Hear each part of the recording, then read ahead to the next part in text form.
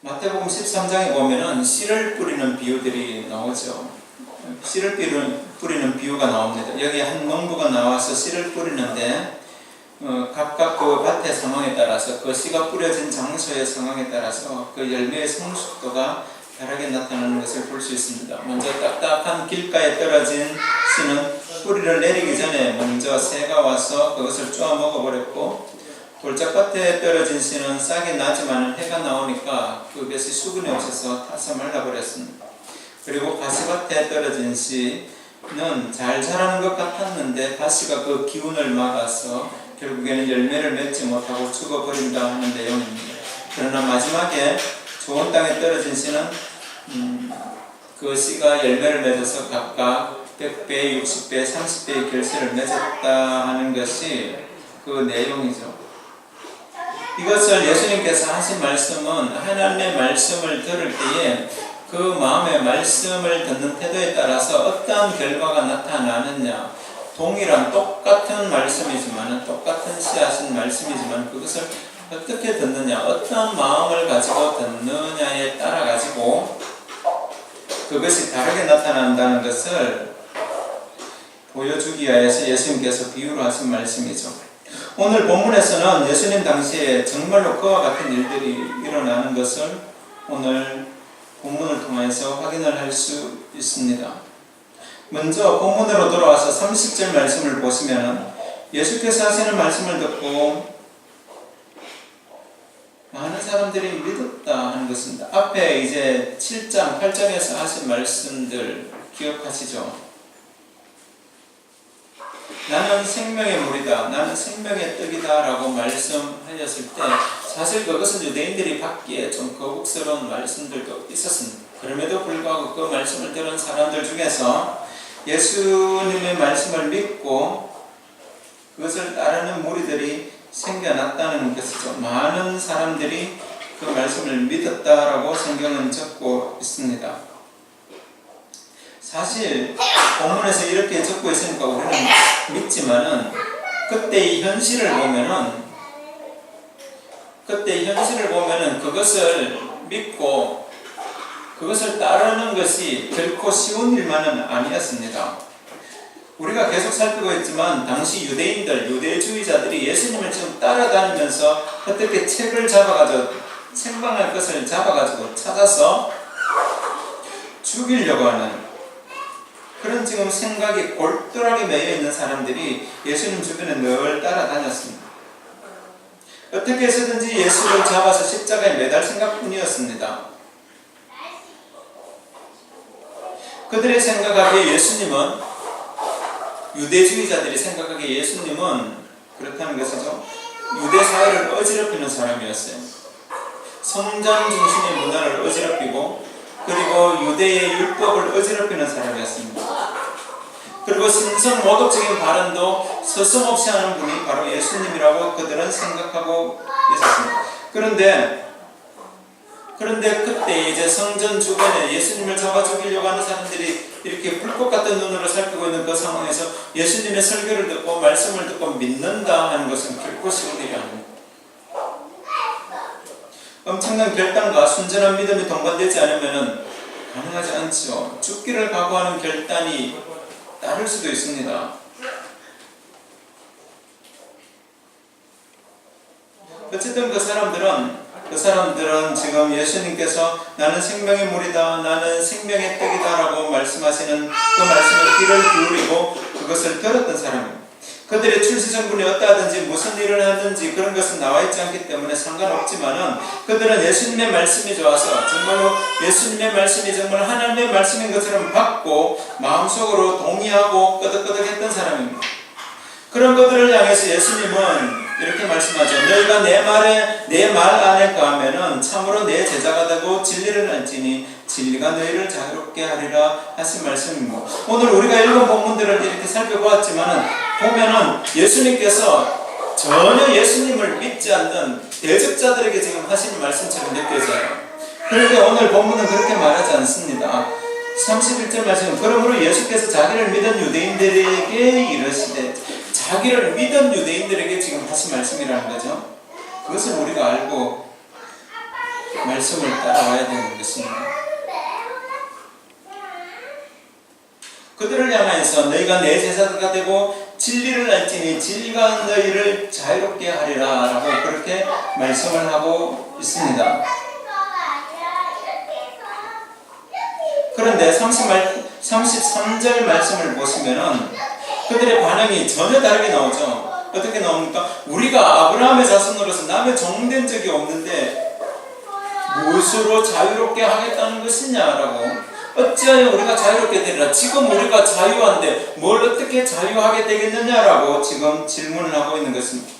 그냥 단순하게 이 말씀을 들었을 때는 그들이 지금 신앙생활 잘하고 있구나, 믿음 안에서 잘 있구나라고 그렇게 생각을 할 수도 있겠습니다만은 그렇지 않다는 것이죠.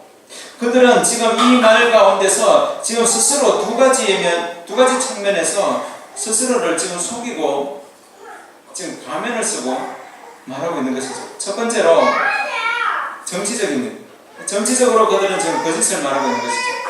유대인들의 역사는 노예의 역사였습니다. 지난주에도 말씀드렸지만 출애굽하기 전에 그 애굽의 노예로 살았던 그것은 뒤에 차지하고라도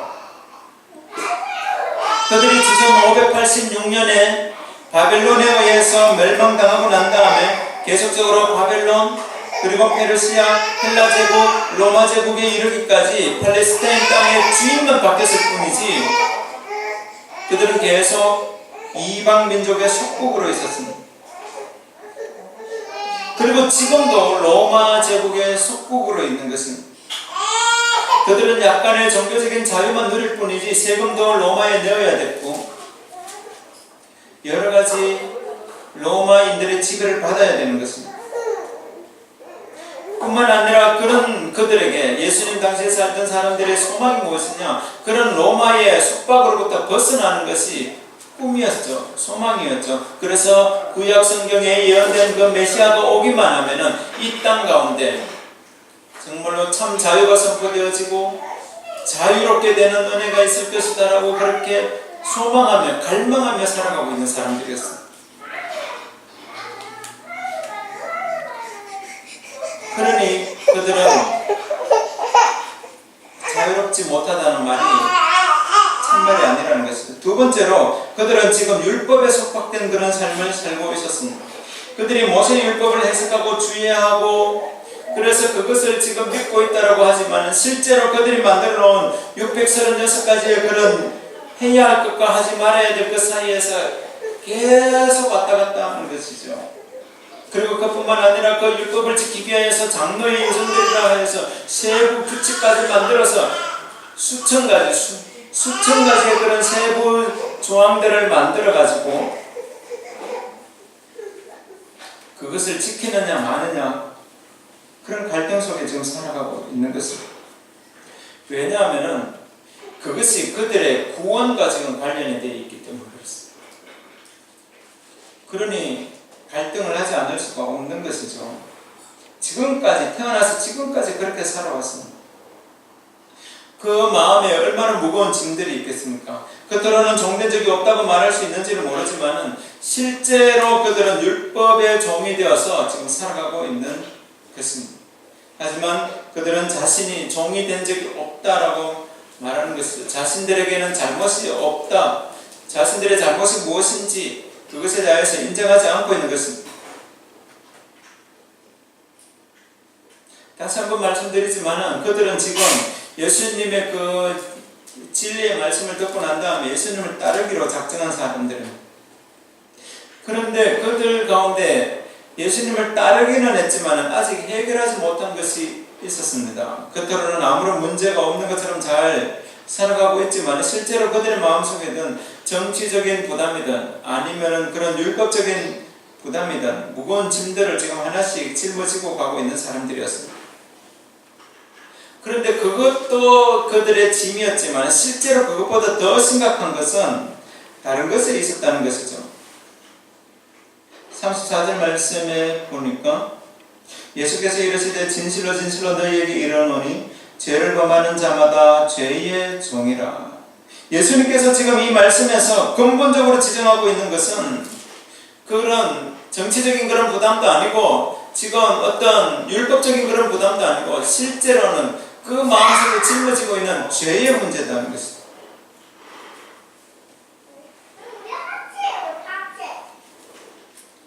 눈으로 드러나지 않을 뿐이지 그들의 지금 삶의 자세는 끝에 두꺼운 비늘과 같은 것을 항상 짊어지고 가는 사람들입니다. 우리가 살아가고 있는 이 시대도 마찬가지죠. 겉으로는 전부 다 사람들이 웃으면서 그러면서 그렇게 살아가고 있지만은 실제로는 누구나 다 이런 죄의 문제에 관해서 부담감을 가지고 살아가고 있는 것입니다. 그것이 지금처럼 나라가 조금만 혼란스러워지면은 이렇게 막 우왕좌왕하게 되는 것이죠. 사실 감기 바이러스 어느 정도 심각한지 의사가 아니라서 잘 모르겠지만은 우리가 이렇게 막 난리법석을 떨어야 될 정도로 그렇지는 않은 것 같아요. 그런데 이런 일들이, 이런 현상들이 왜 일어나느냐? 가만히 보면은 그 안에 죄의 문제가 들어있다는 것입니다. 우리 인생의 문제, 죄의 문제를 가장 먼저 해결해야 되는데 이것이 해결되지 않으니까 평생 그 비늘 같은 것을 짊어지고 살아가는 느낌을 받습니다. 교회는 오래 다녔는데도 마음이 싱숭생숭하기만 하고 하나님의 말씀이 나를 위한 말씀으로 지금 잘 들려지지 않는 것이죠. 오늘 본문에 나타나 있는 이 유대인들은 자신이 아브라함이라는 그런 자부심을 가지고 살아가고 있지만은 그러나 자유하다라고 말하고 있지만 그러나 그들 마음 가운데는 무엇이 있습니까? 죄의 문제가 있다는 것입니다. 점점 마음이 돌같이 딱딱하게 굳어져가는 그 마음이 있었다는 것입니다.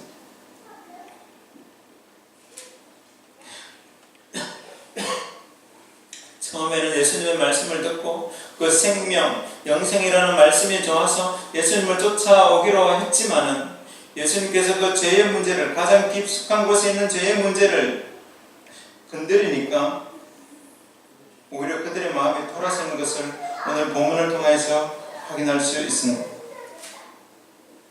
37절 말씀을 보니까 예수님께서 이렇게 말씀하시죠. 나도 너희가 아브라함의 자손인 줄 아노라. 그러나 내 말이 너희 안에 있을 곳이 없으므로 나를 죽이려 하는도다. 그들이 예수님을 믿기로 결정했지만 죄의 문제에 대해서 지금 지적하고 그것을 해결하라고 하니까 그들이 지금 돌아서서 오히려 예수를 죽이려고 하는 그런 무리들과 같이 또 편성이 되어졌다는 것이죠.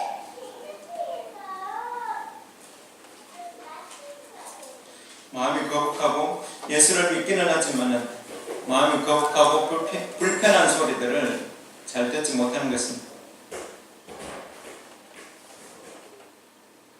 신앙생활을 오래 하고 교회를 오래 다닌 사람들 중에 그런 사람들이 특별히 더 많이 있죠. 만약 그들 마음속에 말씀이 없으면 유대인들이 39절에서 하는 그런 말들처럼 자신들이 아브라함의 자손이라는 그런 정통만, 그런 역사, 정통 이런 것들만 내세우고 자신의 신앙 연수만을 자랑하는 그런 사람들이 교회 안에 많이 있다는 것입니다.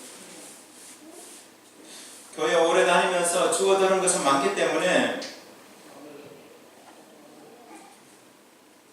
많이 알고는 있지만 그것이 마음속에 잘 성찰되어지지 않고 나오는 이야기들이 많이 있습니다. 결국 그런 것들이 자신도 죽이고 다른 사람들도 죽이는 말씀이 될 수 있다는 것입니다. 또 어떤 사람들은 교회 다닌 지 얼마 되지는 않았지만 세상적인 지위가 곧 교회 안의 지위인 줄 아는 그런 사람들도 있습니다. 세상에서 사장이면 교회 안에서도 사장이고 세상에서 고위 공무원이면 교회 안에서도 그런 줄로 알고 살아가는 사람들도 있다는 것이죠. 이 모든 것이 바로 죄의 비늘이 벗겨지지 않은, 성찰되지 않은, 그런 성숙하지 않은 믿음의 결과라는 것입니다.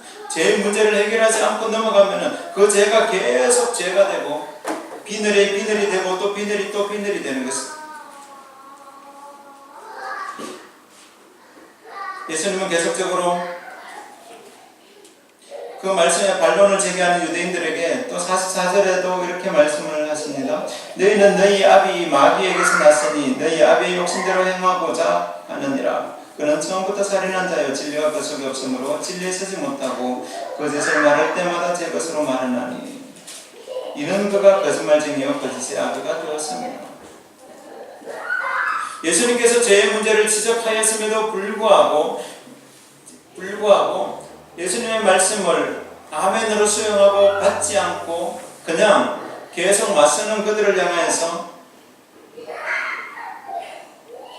마귀의 자식이다, 거짓의 자식이다, 그렇게 말씀하고 있습니다. 이 말을 듣고 있는 유대인들로서는 자존심 팍 상하는 일이죠. 그들은 지금까지 아브라함의 후손으로서 다른 이방인들과는 구별된 민족이다, 구별된 사람이라고 그렇게 생각을 하고 살고 있었는데, 너희는 거짓의 자식이다, 마귀가 너희들의 아비다, 이 말을 들었는데 기분 나쁘지 않을 사람이 누가 있겠습니까? 예수님께서 계속적으로 하시는 말씀이 내가 진리를 말하기 때문에 너희 기분이 나쁘냐 하는 것입니다. 그러면서 죄의 문제를 콕 집어서 말씀하시고 또 진리를 또 말씀하시니까 그들은 또 기분 나빠하고, 그것이 지금 59절 끝까지 계속 지루하게 반복이 되어지는 것이죠.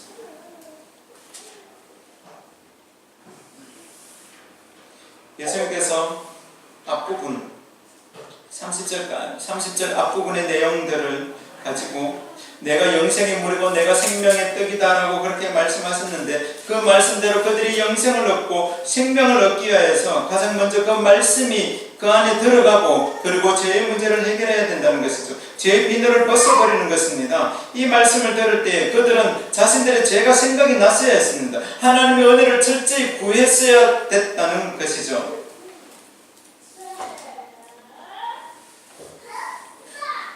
단지 처음에는 우리가 예수를 믿으면 좋은 것들만 보이고 눈에 아름다운 것들만 보입니다. 그러나 시간이 좀 지나면 지날수록 말씀이 우리 가운데 들어오게 되면은 죄의 문제가 참 많이 불편하게 느껴질 때가 있습니다. 그러나 그것을 이겨내야죠. 그것을 극복해야 믿음이 성숙의 단계에 이를 수 있다는 것입니다. 우리가 우리의 문제를 해결할 수 있는 유일한 방법은 하나님의 말씀을 듣고 지키는 것입니다.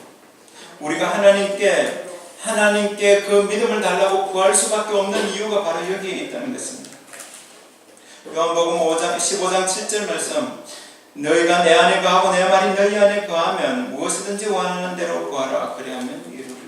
예수님 말씀이 유일한 대안이 되는 것입니다. 예수님이 유일한 대안이 되는 것입니다. 예수님 안에 있고 예수님의 말씀 안에 있을 때 길을 찾아갈 수 있습니다. 옳은 길을 찾아갈 수 있습니다. 죄의 비늘을 벗겨낼 수 있는 이유도 바로 예수님 그분밖에 없다는 것이죠. 예수님께서 이 땅에 오신 목적이 무엇이냐? 죄의 속박에 사로잡혀 있는 그들을 구원해내고 영원한 생명의 길로, 영생의 길로 인도하시기 위함이잖아요. 아멘. 그렇다면 우리는 예수님께서 그러한 일을 하실 수 있도록 우리 자신들을 내어주는 일인 줄로 믿습니다. 아멘. 20세기를 대표하는 기독교 문학가 C.S. 루이스가 있습니다. 이분이 1951년에 발표한 나니아 연대기, 엄청 두꺼운 책인데 그 제3편 새벽 출정호의 향해에는 그 유스투스라는 한 어린 소년이 등장합니다. 모든 하는 짓이 밉상이에요. 현재는 자기 방식만 주장하고 자기 고집만 내세우기 때문에 다른 사람들의 미움을 받습니다. 이제 배의 이름이 새벽 출정호인데 이 배를 수리하려고 어느 미지의 섬에 도착을 했어요. 미지의 섬에 도착을 해서 정박해 있을 때도 유스투스는 자기 마음대로 이렇게 이동을 했어요. 그러다가 한 동굴을 발견했는데 그 동굴의 이름이 용의 동굴입니다. 그 안에 엄청나게 많은 보물들이 쌓여있는 것을 발견하고 유스투스는 그 주머니에, 자신의 주머니에 그 보석과 금, 그런 보물들을 가득 집어넣고는 그 보물더미 위에서 잠이 들고 말았습니다.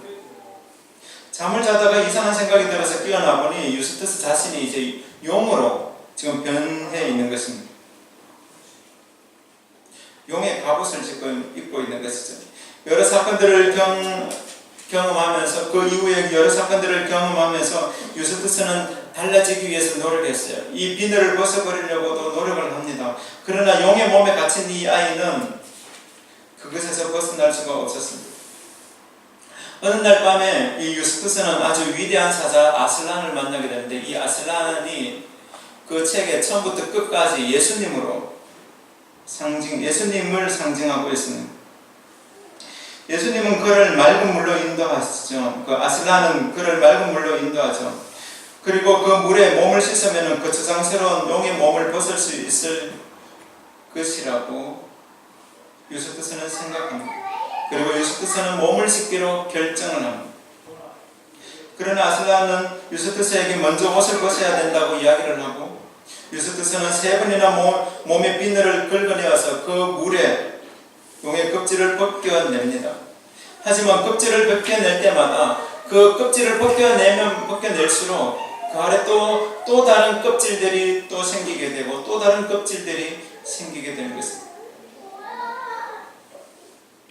그때 아슬란이 유스투스에게 말합니다. 내가 내 옷을 벗기도록 해야 된다. 내가 너의 옷을 벗기도록 해야 된다라고 그렇게 말씀하죠. 그 뒷부분에 유스투스의 다음과 같은 고백이 나옵니다.